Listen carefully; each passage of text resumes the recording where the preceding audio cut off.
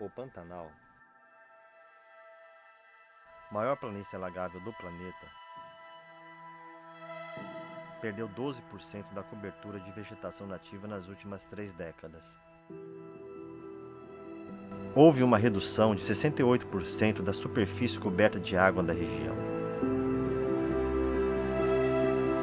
Em 2020, um incêndio florestal devastou grande parte do Pantanal.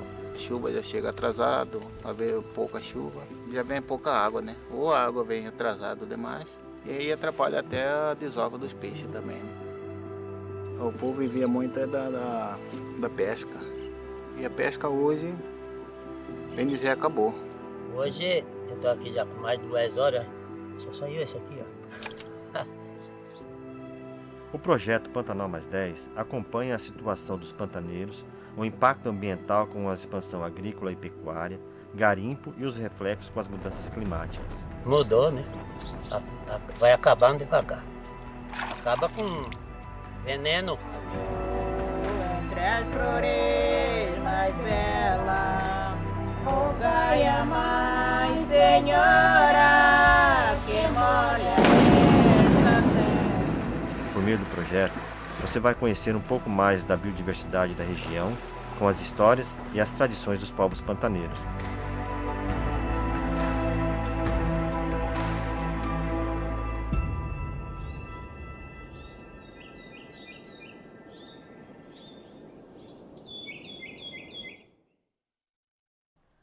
Olá, boa noite. Começamos mais um programa Cultura Livre e a gente conversa hoje com José Medeiros, ele que é fotógrafo, documentarista e tem há mais de 30 anos ele registra as histórias através das suas lentes dos povos da América. Então a gente está aqui para contar um pouquinho desse trabalho que ele tem feito aí há mais de 30 anos fotografando e conhecer um pouquinho quem é o Zé Medeiros, como que ele se apaixona pela fotografia, pelo fotojornalismo, pelo documentário, como ele passa a ter esse olhar para o Pantanal, que é a terra dele, que é o seu berço, é onde ele nasceu, porque hoje o Zé Medeiros é mato-grossense e hoje morador ali da Praça da Mandioca, que é o coração aqui, né, de Cuiabá.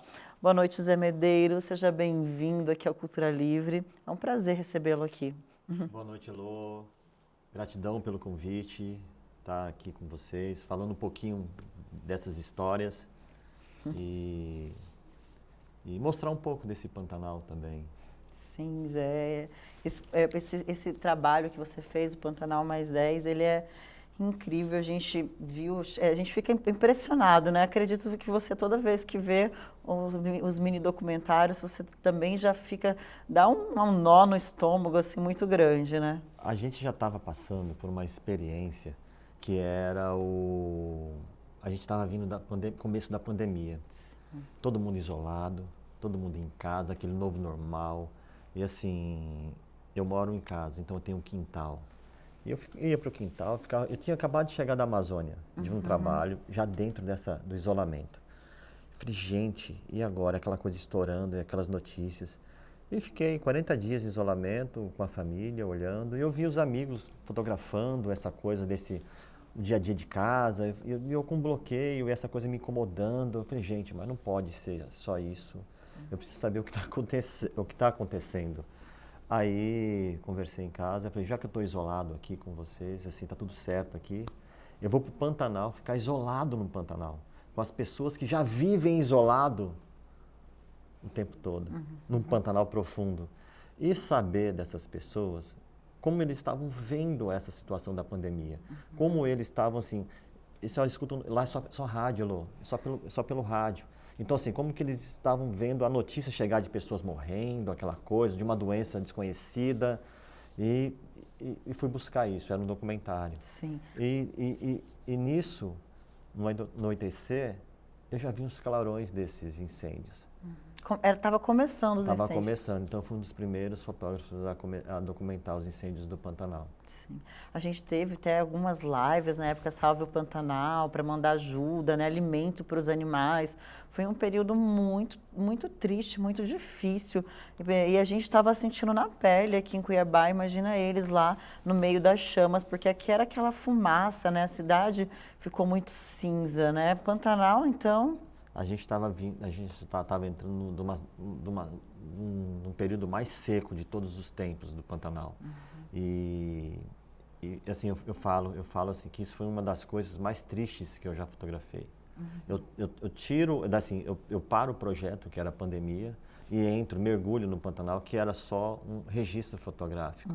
E isso acabou me aprofundando tanto, que foi uma coisa que você sentia, um silêncio, o barulho desse fogo, depois que ele passava, você parecia que estava num cenário de guerra, porque você encontrava os bichos queimados, a destruição toda, as pessoas sem saber o que fazer, por mais que tinha as lives para ajudar, mas era uma coisa, era um fogo que ninguém sabia como combater esse fogo. Era um fogo que tinha 3 tipos de fogo, que era um fogo superficial, que você conseguia ver, você apagava esse fogo, um fogo aéreo, que tinha mais de 50 metros pulava o rio. Esse fogo, assim, eu vi o fogo pulando o rio e pegando fogo na mata do outro lado da margem do rio, uma coisa assim. E esse fogo subterrâneo, porque o Pantanal vem passando por um processo dessas grandes fazendas abandonadas. Então, assim, o mato essa nova lei também, aquela coisa. Então, vem seca, vem as águas, o mato seca, daí vem as águas, cresce mato, seca. Isso vai criando camadas. Então, tinha esse fogo subterrâneo, que você achava que apagava, mas, na verdade, ele corria por baixo e aparecia lá na frente. E as pessoas não tinham uma experiência, diferente de apagar fogo no Cerrado, diferente de apagar fogo na Amazônia. Então, era um outro tipo de fogo no Pantanal. E, Zé Medeiros, também, para você também fotografar paisagens, animais, foi uma coisa nova, né? Porque você vinha de retratos mais de pessoas, de uma foto mais jornalística. Como que foi para você? Foi realmente a sensibilidade, né, do acontecimento? Elô, eu até brinco com essa história, né? Brinco assim que eu falo. A gente vem do insignificante. Eu sou voltado para as fotos de retratos. Eu documento um Pantanal de pessoas. Sim. Porque o Pantanal, como eu falo da Amazônia também, a Amazônia não é só a Amazônia, tem gente dentro da Amazônia. E o Pantanal também tem gente, tem pessoas que vivem, que sabem como o rio corre, como a chuva, o que muda, o que não muda, as secas. Tem toda uma história. Então, assim, eu já documento esse Pantanal há mais de 30 anos. Então, assim, e não é só documentar, eu tenho amigos dentro desse Pantanal. Se você pegar o celular, são pessoas falando todo dia, conversa com você, o que está fazendo. Ah, Zé, hoje está assim, o Pantanal não está chovendo. Então, acaba virando uma fonte. Sim. Então, assim, o fogo foi assustador. Esse fogo queimou, essas pessoas, além de estavam na pandemia, o que acontece? Essas pessoas trabalham em pousadas no Pantanal, né? Trabalho de pousada, pesca. Então, com a pandemia, isso tudo parou. Sim.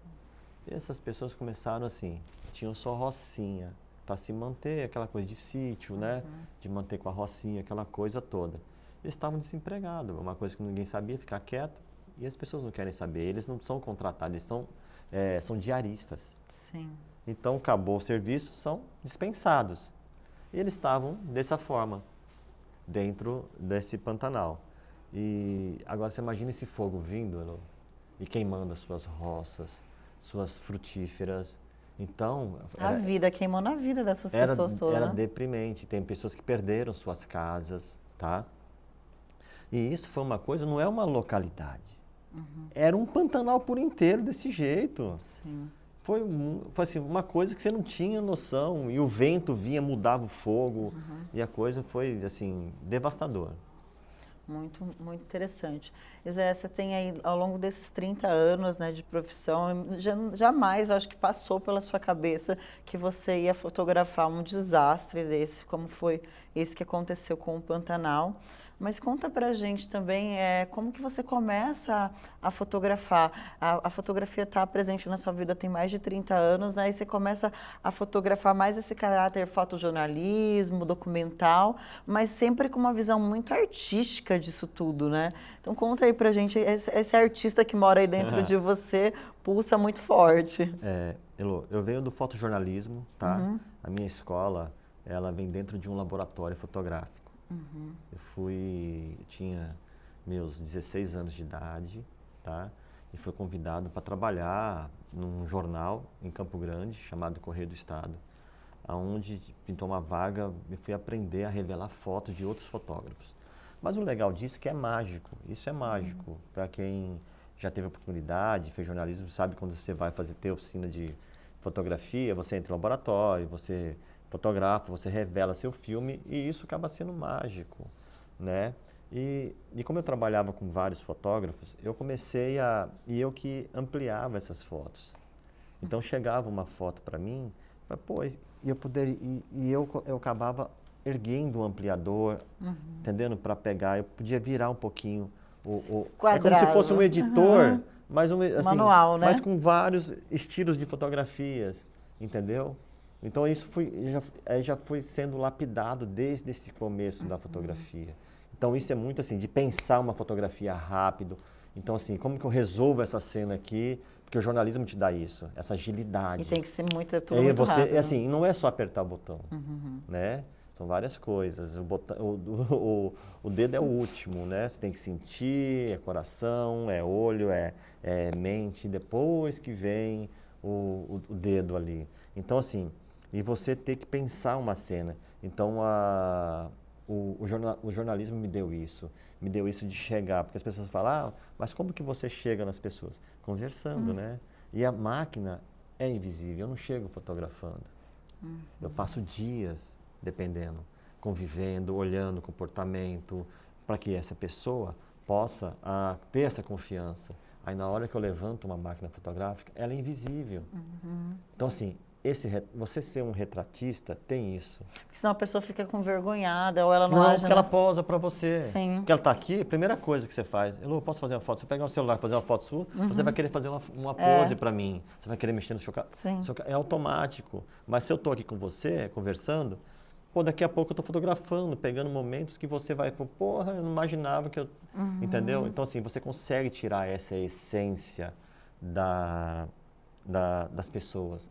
E é muito sério isso, a pessoa te dá esse retrato, então você tem a obrigação de trazer esse retrato, esse olhar, as pessoas olharem essa foto, isso aqui mexe comigo, entendeu? Com certeza. E Zé, aí você tem feito um trabalho muito forte também aqui em Cuiabá, que fala um pouquinho das festas populares, dos povos indígenas e também da natureza. Inclusive, há uma foto sua dos povos indígenas, que é o indígena no Rio, fazendo um chute com a bola de bicicleta, ganhou um prêmio no Museu do Futebol em São Paulo, um prêmio importantíssimo. E conta pra gente essa conexão com Cuiabá, né, com essas festas populares, os povos indígenas, está tudo muito ligado nisso que você falou dos invisíveis, né? Do que é invisibilizado. Eu acho que é a nossa origem, né? A gente está num estado que tem várias comunidades indígenas, quilombolas, e isso e é muito rico de cultura. Você fala assim, a gente tem um trabalho voltado que é para as rezadeiras. Sim. Nossa, você já ouviu uma reza cantada? No documentário que você abre, esse nosso bate-papo, lá tem uma reza cantada. É lindo aquilo, é lindo. Só que essas pessoas estão morrendo. E assim, ninguém está documentando. Não tem alguém contando essa história. Sim. E eu já venho fazendo isso há um tempo, gravando. Ter esse tempo dedicado para essas pessoas, ter um tempo para escutar essas pessoas, entendeu? E histórias, cheio de histórias. Então são muitas histórias, desde os cururueiros, os cururueiros, de como forma como que é um cururu, um siriri tradicional também, entendeu? Sim. Que a gente possa ver. E essa questão indígena, esse trabalho se chama Já Fui Floresta. Esse foi um trabalho que a gente... É uma exposição fotográfica que percorreu vários estados. Foram 10 estados da Amazônia agora. Foi pela Amazônia das Artes, o Sesc Arsenal, um projeto do Sesc. A gente fez essa exposição, uma exposição que foi linda ela. A gente conseguiu reproduzir uma aldeia indígena dentro daquela galeria do Sesc. E foi bem curioso que tinha uma cena com uma parede com vários espelhos. E tinha uns indinhos segurando os espelhos também, quebrado. Porque a gente faz a pergunta assim, no contato, foram dados esses espelhos. Eles ficaram encantados com essa imagem refletida deles. Então era uma troca para você se aproximar. Só que esse espelho quebrou. Elô. E ficou o quê? Ficou só que é de ruim, nossa, para eles. Não é? Sim, a gente com só levou certeza. coisa ruim para eles. Por mais que era necessário, Doenças, o contato, a bebida, não são todos. Então, na verdade, é uma reflexão para a gente pensar o que a gente quer com o próximo, né? Hoje em dia, não é mais, hoje em dia já não tem essa política de contato. Os isolados estão isolados, ninguém tenta mais querer ir lá conhecer o indígena isolado. Deixa eles viverem da sua forma tradicional. Então, assim, hoje estão revendo essas políticas, essas coisas. E eu já fui em floresta justamente com essa foto desse, que hoje é um jovem de 22 anos de idade. Na época ele tinha 13 anos, 12 anos. Foi bem interessante. Tava tomando banho, aquela coisa da máquina invisível, a gente brincando, ele jogando bola, a água ali tá pela canela, então a bola é tudo para eles. E é uma foto que foi bem... foi um privilégio, assim, na hora que eu vi isso, eu falei, não acreditei que eu fiz uma foto dessa, você não acredita. E a bola cola, e era bem na época da Copa também isso. E o tema da bola era tatu bola. Não sei se você... E a bola é uma bola de capotão. Ela lembra esse tatu também. E é isso. E a fotografia te dá essas coisas. É o momento que você estava lá, que você viveu, que você... Você tem que estar imerso. Eu já estava lá um mês Olha com só. eles, andando, documentando. Na verdade, eu passei um ano documentando esse ritual, que é de iniciação dos jovens da etnia Iquipengues. É a do Médio Xingu, do município de Feliz Natal. Então, assim, um ano eu ia, voltar, ficava 30 dias, voltava, daí ficava mais 20, num período quando eles iniciam os jovens não têm a fase da adolescência. Ele vem de criança e já vai para um jovem adulto, onde ele já aprende a caçar, pescar, a ser um jovem responsável dentro das suas atividades dentro da aldeia. E a gente é muito privilegiado aqui, o Mato Grossense, porque a gente está em contato com 3 biomas, que é a Amazônia, o Cerrado e o Pantanal. Então, assim, e aí você traz tudo isso no seu trabalho aí, 30 anos, registrando esses 3 biomas, né?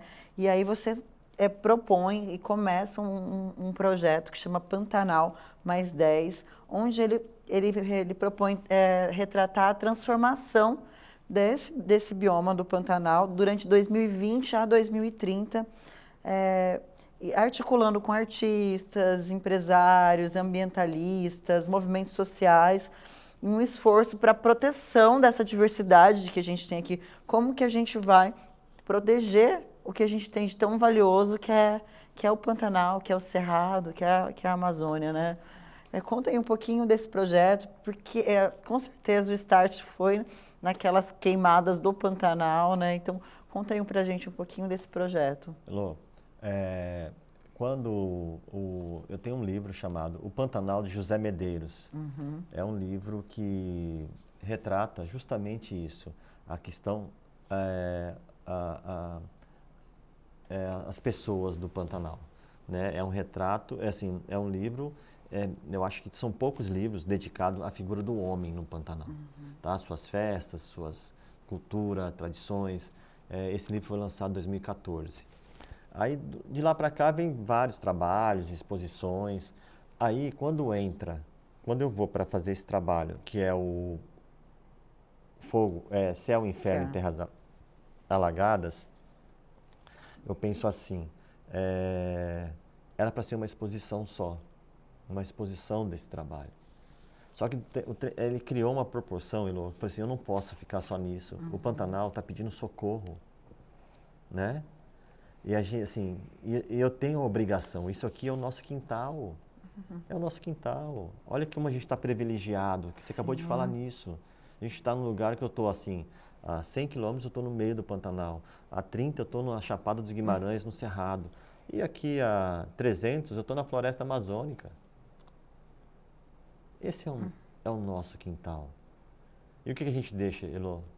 A gente só deixa história. O que a gente está trocando? Igual a gente fez com os povos indígenas, né? O que a gente está trocando com essa terra, né? E a gente tem a obrigação de deixar alguma coisa. Daqui a pouco a gente vai passar, mas a história vai ficar. Sim. Esse é um livro que retrata, não tem outro livro que retrata esse segundo maior incêndio no Pantanal. E a gente teve um outro agora, tão grande, em 2023. E assim, estão sendo feitos trabalhos para que isso não aconteça, mas é difícil.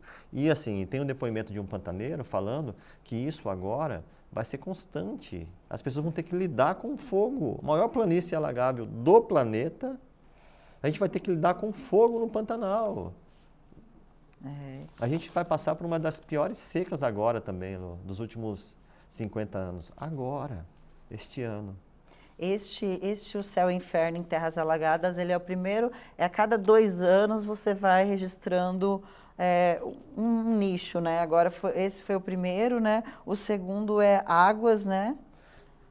Águas do Pantanal, de 2 em 2 2023 a 2025. E aí, em 2025, vai sair um documentário também sobre o Águas do Pantanal, ou já tem esse documentário? Não, a gente está finalizando, então são 2 anos de produção, retratando, mas Águas, as pessoas acham que assim, que a gente está trazendo essa história, que é falar um pouco da água, mas não, Elô, a gente está falando da qualidade da água do Pantanal.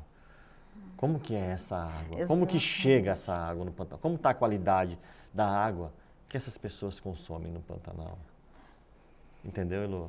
Então, assim, as pessoas... A contaminação desse solo vai tudo para a água. Não, sim, a gente, contaminação do solo, essa coisa A queimada mesmo, a própria queimada. A gente pegar, ocupar, assim, e fica o que para essas pessoas? A gente, Elô, a gente está na cidade, a gente toma água mineral, tem pessoas que não têm condições de tomar a sua água lá.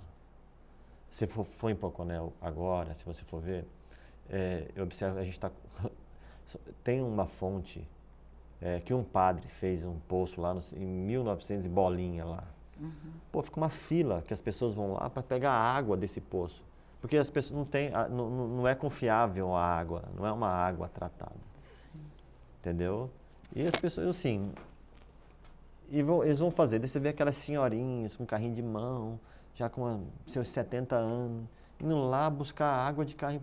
Peraí, gente, olha só que absurdo um negócio desse. Então, assim, mais uma coisa, eu não posso ficar quieto, assim, a gente tem que trazer essas histórias, contar essas histórias. E aquela coisa, a gente vai mudar? Eu não sei, mas as pessoas precisam saber o que está acontecendo também. Sim. Porque é muito fácil a gente deitar a nossa cabeça no travesseiro, né, e não olhar para as outras pessoas, né? Tem pessoas envolvidas nas histórias. E ninguém fala nada, né? Além da vida do Pantanal, a vida do Pantanal, né? Do pantaneiro, das comunidades ribeirinhas. Dom Pedro Casaldáliga falava, tem uma frase dele que fala assim: na dúvida, fique do lado dos pobres. Entendeu? É verdade. Essas pessoas não têm voz, não tem. A gente tem assim, por mais que a gente também não tem, mas a gente tem esses contatos, tem esse espaço que a gente pode estar falando, pessoas vão estar vendo isso. Sim. Porra, vou começar a pensar mais nisso. O que está acontecendo? Pô, vou começar a separar meu lixo em casa, que isso impacta lá. Entendeu? Sim. É exatamente isso. E você também tem uma websérie, né, que trata um pouquinho do Pantanal. Eu acho que a gente tem um trechinho dela aí para a gente assistir. Vocês podiam soltar para a gente depois a gente falar um pouquinho sobre a websérie também, que é mais um lugar para fala, né, para ter fala. São relatos, né? Relatos que antecedem os filmes, né? Isso. Nasci e criei aqui. Papai saía com nós para andar, para atravessar o rio, pegando canoa. Aí ele pegava canoa estreitinha, que não podia nem mexer, parecia que a água estava entrando. Esse daí era graça. Quando chegava assim, que eu ia chegando na beira, que já estava meio na beira, aí ele entortava a canoa assim, e a gente caía e ele ria. Era uma festa.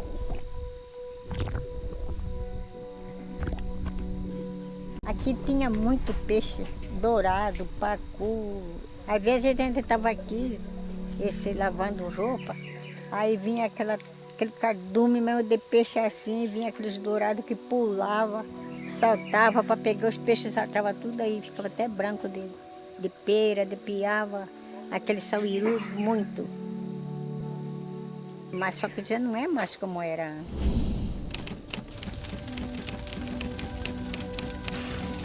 Coisa que prejudicou muito o desmatamento também, né, que aconteceu muito. E isso prejudicou. Aqui tudo era alto aqui. Nós nadava, passava por baixo dele para lá e para cá. Quando teve essa barragem lá do Manso, então dificultou muita água, porque aí ela já não joga a água que vinha direto com as enchentes no tempo da chuva. Aí o rio Cuiabá enchia, represava, aí jogava aqui para ela e ela jogava fora. E aí com essa, então a gente deu para perceber que houve diferença. E essa diferença eu não sei como recuperar. Só que não volta mais, né? Tá igual aquela poesia, né? Ó que saudades eu tenho da aurora da minha vida, da minha infância querida, que os anos não trazem mais, né? Muito linda essa. Aquela dá pra gente imaginar tempo de criança, da infância, muito gostoso. Até hoje essa lagoa chama a atenção da gente. E agora, quando a Dida está limpando, está procurando conservar ela, eu acho que ela pode voltar ainda no que ela era antes, assim, de bastante água, né?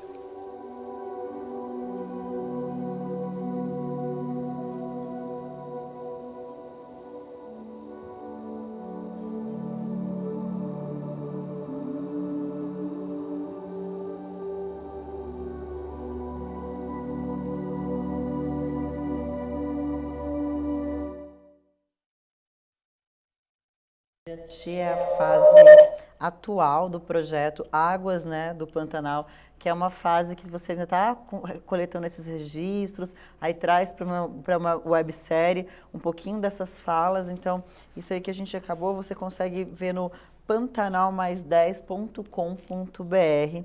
Lá você consegue estar assistindo não só essa, como outras, acompanhando o projeto, acompanhando como tudo está acontecendo lá. A gente está passando aí para vocês, essa aí que é o site, né, do Pantanal Mais 10, e aí você vai estar acompanhando tudo. Projeto belíssimo, incrível, assim, toca a gente de uma forma muito forte, né? Ter essa fala, assim, ela tem esperança ainda da lagoa voltar a ser o que era antes, e a gente sabe que isso é praticamente impossível, né, Zé? É que tem muita interferência do homem, né? Por exemplo, a gente está falando sobre pequenas hidrelétricas no rio Cuiabá. Será que é necessário isso, que esse sol que a gente tem tanto aqui? Não sei. Será? Isso vai impactar esse rio. A gente está pensando em hidrovia no Rio Paraguai, que vai mudar algumas curvas do Rio Paraguai, eles vão ter que cortar para o rio correr.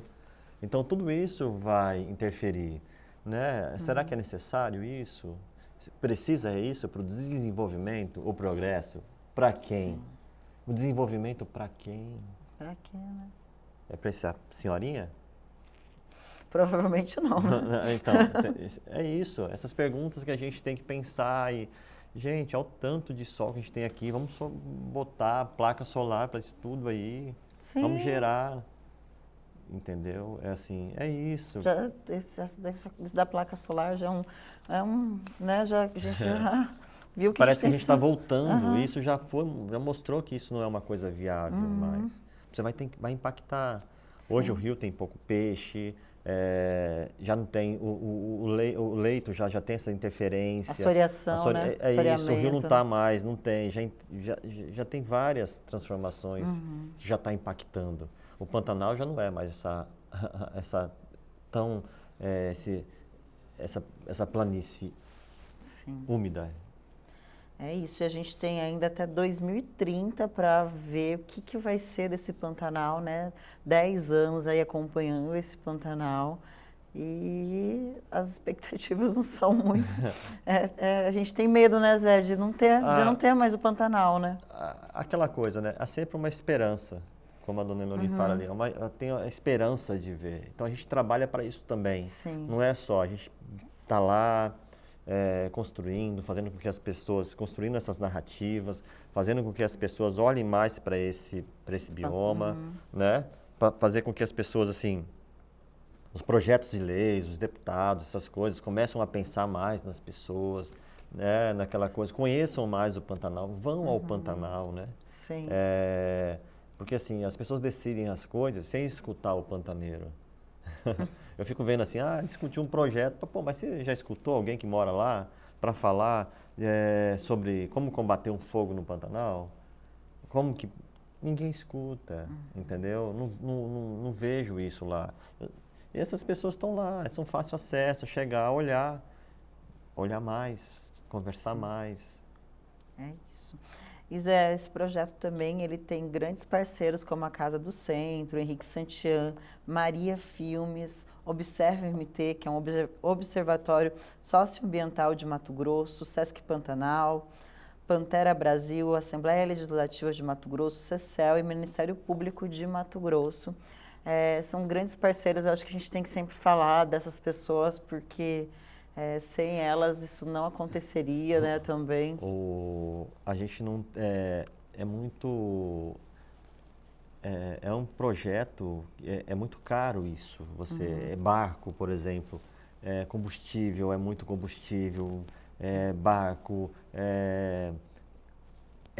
são distantes, você acaba ajudando pessoas, essas coisas. Então, são várias pessoas envolvidas dentro desse projeto. Então, se a gente não tiver o apoio das instituições, a gente não consegue contar essas histórias, Sim. entendeu? Mas são parceiros interessantes que estão envolvidos com a causa, entendeu? E a gente tem que eu falo, né? E eu sou o meio para isso acontecer. Eu vou lá buscar essas histórias. É isso. Zé, a gente já está assim, querendo ver o que vai ser desses 10 anos de registro. E falar também da Casa do Centro, né, que é um lugar onde você também acontece ali um pouco, a gente vê um pouco da sua fotografia, onde você reúne os artistas, e conta aí um pouquinho pra gente da Casa do Centro e também do espaço cultural que tem ao lado da casa, né? Tá, a Casa do Centro é uma associação, onde a gente trabalha com projetos, com comunidades tradicionais, indígenas, quilombolas, né?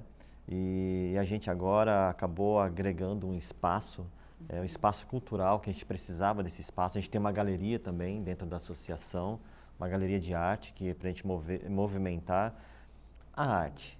Eu fico vendo que a gente, na verdade, o espaço cultural é uma provocação para a gente trazer artistas que não têm espaço, que querem um espaço, assim, que querem trazer sua arte, a gente tentar ajudar esse artista a movimentar, atrás de projeto, como que a gente pode... e fazer essa coisa, um ponto de encontro mesmo de artistas, entendeu? Então, está acontecendo vários eventos, poesia, teatro, oficinas, assim... Lançamento de livros, são várias coisas que estão acontecendo dentro desse cenário. E é um espaço para a gente só assim, que nem eu falo, a gente só o meio, o espaço está lá para a gente ocupar. E é um espaço no centro de Cuiabá, né? E é um espaço agradável, ao céu aberto, aconchegante. Tá lindo, né? Tá muito bonito o espaço. E eu falo assim, e é mais para a gente movimentar mesmo a arte, é um espaço nosso. E muitos eventos acontecendo, e se quiser acompanhar o que está acontecendo na Casa do Centro, tem o Instagram, né? Tem o Instagram da Casa do Centro, da Estação 737, também no Instagram, dá para acompanhar. A gente costuma lá, lá funciona quinta, sexta e sábado, né? E os outros dias a gente abre para eventos, quem queira ocupar o espaço para fazer algum evento, alguma coisa, trazer alguma performance, o espaço está à disposição. E Zé, essa exposição que tem na Casa do Centro, ela é permanente? Se você quiser ir visitar, como que faz para ir lá?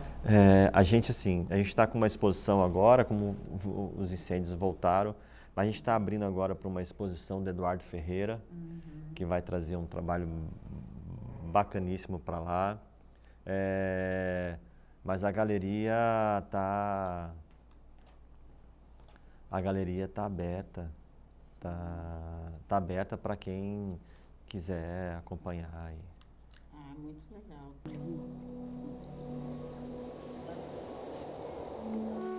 Daquela cruzada ali para baixo é só Cuiabá o E nome. parabéns aí pelo trabalho que você vem desenvolvendo, tanto com a Casa do Centro quanto com os artistas.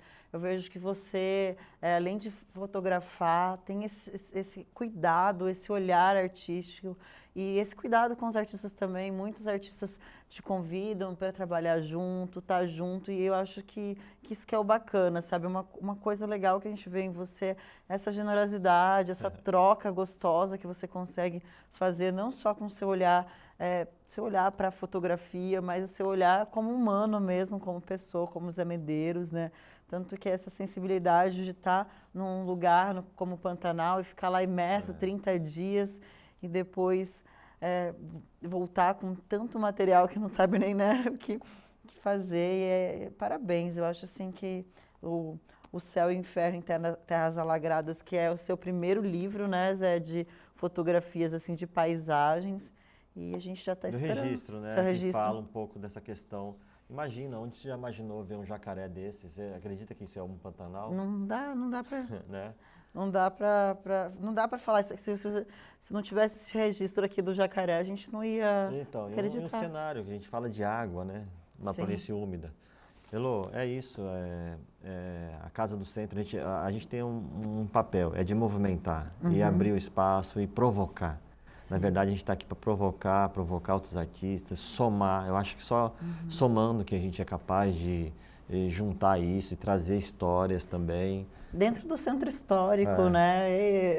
A gente a Mandioca está lá e revitalizar esse lugar, trazer vida. Pensar nesse grande coletivo, né? Sim, de fazer junto, né?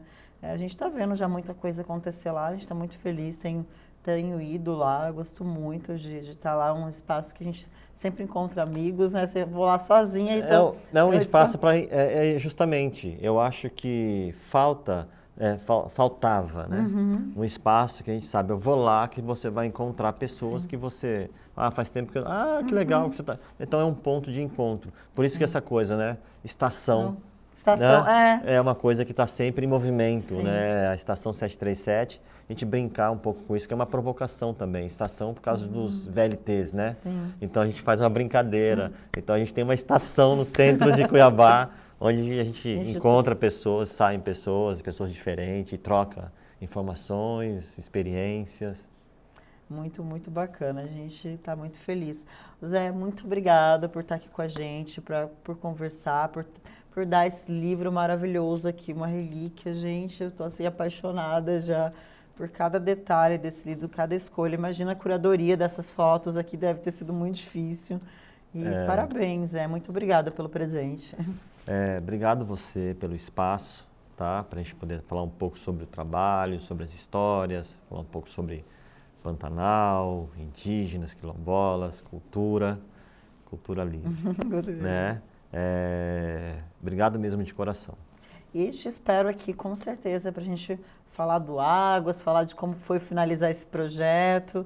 Espero que a gente volte com notícia, que a gente tenha conseguido tocar em mais corações para que a gente preserve o nosso Pantanal, que pare, né, de construir barragens e N coisas que estão acontecendo lá dentro, que esse projeto acenda esse olhar, né, toque essas pessoas para que a gente preserve esse ecossistema tão importante, né, tão pulsante na nossa vida, que é o Pantanal. Precisamos cuidar, né? A gente vive em cima de a gente tem que cuidar da terra, né? A gente está vivendo calores extremos, assim.